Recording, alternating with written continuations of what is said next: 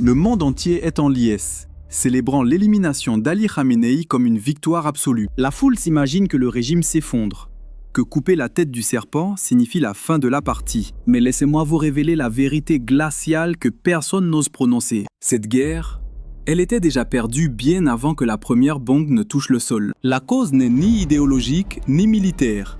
C'est une question de mathématiques impitoyable. Une équation économique brutale que je vais vous décrypter maintenant. Le 28 février, l'Alliance a lancé l'opération Epic Fury. L'objectif ultime, renverser le régime iranien. Plus de 2000 frappes aériennes dévastatrices. Khamenei a été effacé de l'équation. Les bases des gardiens de la révolution sont en cendres. À Washington comme à Tel Aviv, on chante déjà la victoire. Mais voici le piège mortel. Pendant leur célébration, l'Iran a riposté avec une pluie de 1000 missiles balistiques. Une nuée de drones s'est abattue sur Israël et les alliés du Golfe. Et c'est ici que les mathématiques deviennent un véritable scénario catastrophe. Un seul intercepteur du système Arrow israélien coûte environ 80 000 $. Les intercepteurs américains THAAD, entre 12 et 13 millions de dollars l'unité. En face, un missile balistique iranien coûte à peine 100 000 $ à produire. Vous pensez que ça s'équilibre ? Réfléchissez. Vous dépensez 13 millions pour stopper une menace à 100 000 $. Mais le véritable cauchemar réside dans cette asymétrie de production. L'Iran forge plus de 100 missiles balistiques chaque mois. Les États-Unis et Israël réunis peinent à produire 6 ou 7 intercepteurs par mois. Vous voyez le désastre ? L'ennemi en lance 100, vous en remplacez 7. Cette équation est impossible à résoudre. C'est un suicide économique pur et simple. Et la situation empire. Lors de la guerre de 12 jours en juin dernier, les États-Unis ont brûlé 25% de leur stock total de THAAD. C'était en 12 jours. Nous ne sommes qu'au 5e jour de ce nouveau conflit. CNN rapporte déjà la panique. Un allié du Golfe est à sec et supplie l'Amérique pour des munitions en urgence. Le Wall Street Journal prévient qu'Israël devra rationner ses tirs d'ici la fin de la semaine. Le bouclier est déjà saturé.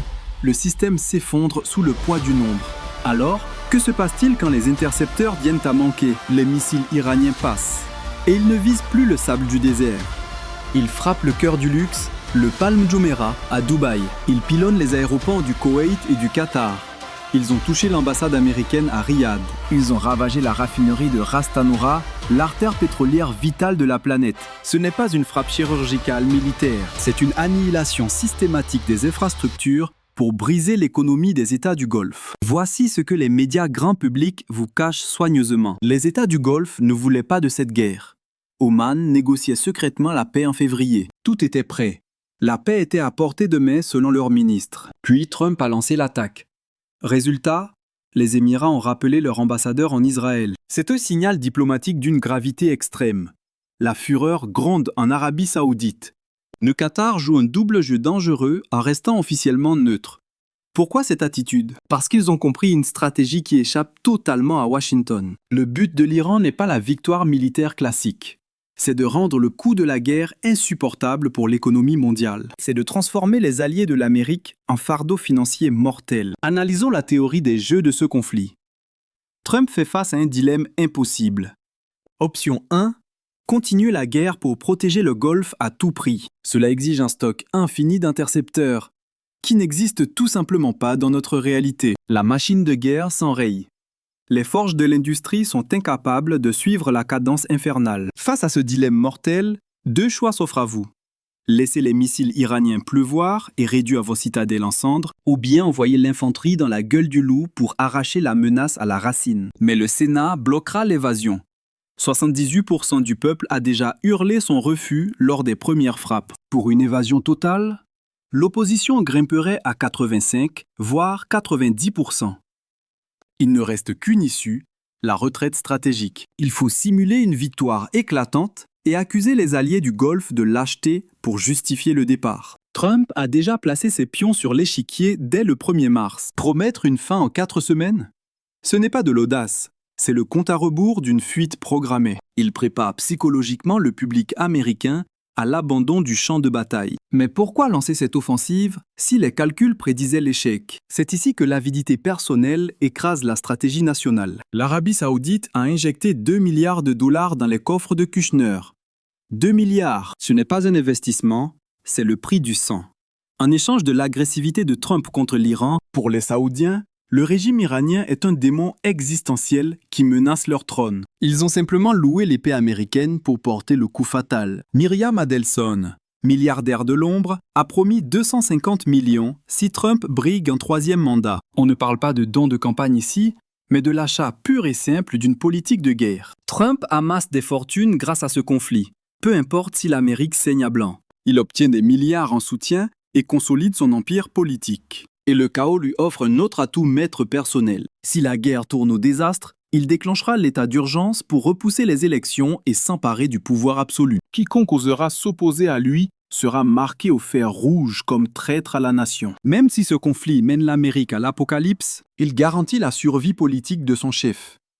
Une équation macabre, n'est-ce pas? Le peuple refuse de croire que ses dirigeants sacrifieraient le pays pour leur propre gain. Pourtant, c'est exactement le scénario qui s'est joué en Irak en 2003. George W. Bush a piétiné les rapports des services secrets sur les armes fantômes. Il a envahi quand même. Pourquoi?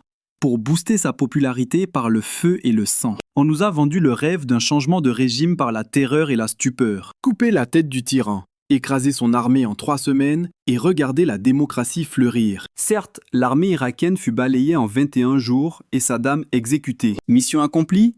Quelle tragique illusion. S'en sont suivis 20 ans de cauchemars, 2000 milliards envolés et 4000 soldats sacrifiés. Car décapiter un régime ne stoppe pas la guerre. Cela crée un vide abyssal que des monstres bien pires s'empressent de combler. Et c'est exactement le piège qui se referme actuellement en Iran. Khamenei est tombé, mais les gardiens de la révolution sont toujours debout, tout comme leurs usines de mort. On ne détruit pas 40 ans d'idéologie fanatique avec de simples bombardements. Vous ne pouvez pas effacer une structure gouvernementale qui s'est préparée à l'apocalypse depuis 2 décennies. L'Iran savait que ce jour viendrait.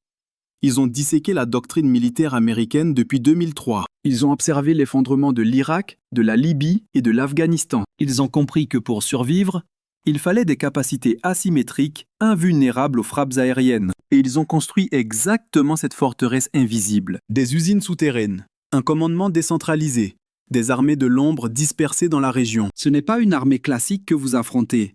C'est une hydre immortelle. Vous affrontez bien plus qu'une armée. C'est un réseau fantôme, conçu pour survivre à l'apocalypse américaine. Le scénario cauchemar n'est plus une théorie. Il a déjà commencé. Les missiles iraniens pilonnent les États du Golfe sans relâche. Leurs stocks d'intercepteurs fondent comme neige au soleil. Le bouclier se fissure. L'espace aérien est verrouillé. Les aéroports sont dévastés. Leurs économies s'effondrent en temps réel. Les installations pétrolières brûlent comme des torches. Dans le Golfe Persique, les tarifs d'assurance maritime ont triplé. C'est la panique. Les investisseurs étrangers fuient le navire. Dubaï, jadis un sanctuaire intouchable, voit sa réputation réduite en cendres. Dos au mur, les États du Golfe vont poser un ultimatum à l'Amérique. Payer l'Iran pour qu'il arrête. On parle de milliers de milliards en réparation. Ou bien, envoyer l'infanterie pour finir le travail. Un choix binaire impossible. L'argent ou le sang. Et les États-Unis sont incapables de fournir l'un ou l'autre. Aucune volonté politique pour une invasion terrestre. Le peuple américain ne le tolérera jamais. Le Congrès refusera de signer l'ordre de marche. Et pour les réparations, les caisses sont vides. L'économie américaine est fragile, criblée par une dette record. Une guerre longue déclencherait une récession immédiate.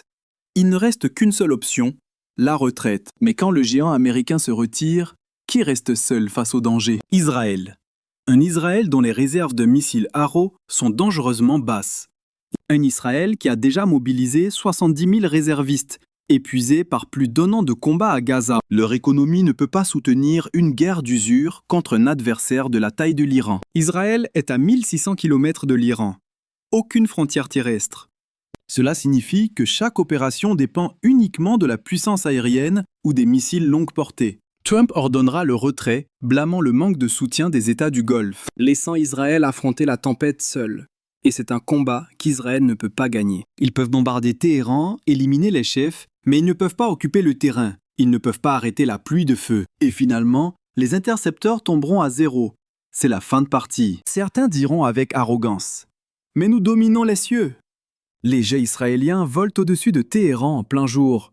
Nous avons détruit 40% des lanceurs ennemis. Le ciel nous appartient. Mais la supériorité aérienne ne sert à rien si vous ne pouvez stopper les missiles qui sont déjà en l'air. Et cela ne change rien si l'Iran produit 100 nouveaux missiles par mois, alors que vous ne produisez que 7 intercepteurs. C'est une guerre d'usure brutale, et les mathématiques ont déjà scellé votre destin. Laissez-moi vous donner une leçon d'histoire. Durant la Seconde Guerre mondiale, l'Allemagne régnait sur le ciel anglais pendant le Blitz. Ils ont bombardé Londres pendant 8 mois sans trêve. Usines, maisons, infrastructures, tout a été rasé. Mais l'Angleterre a-t-elle plié le genou? Jamais.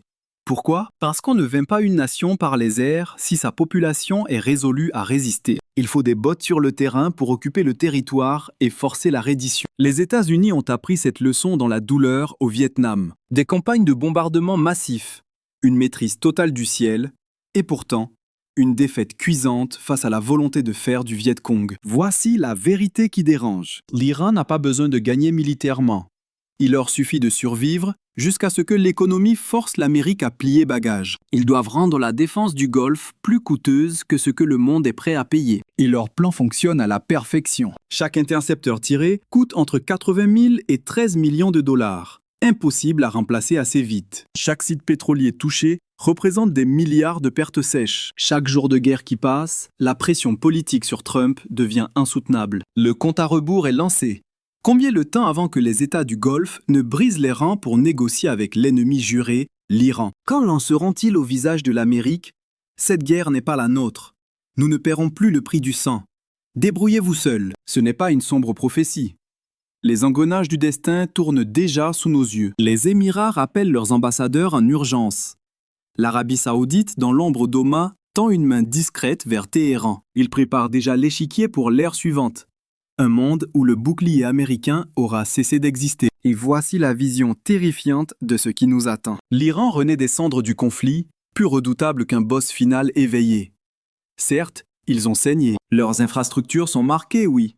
Mais ils ont prouvé une résistance divine, encaissant le marteau américain sans jamais plier le genou. Ils ont démontré que leur épée peut frapper n'importe où dans le Golfe, se moquant des défenses impériales. Ils ont prouvé que couper la tête du serpent ne suffit pas à tuer la bête. Mais leur véritable atout maître, c'est l'unification totale de leur peuple. Même les dissidents s'allient au trône.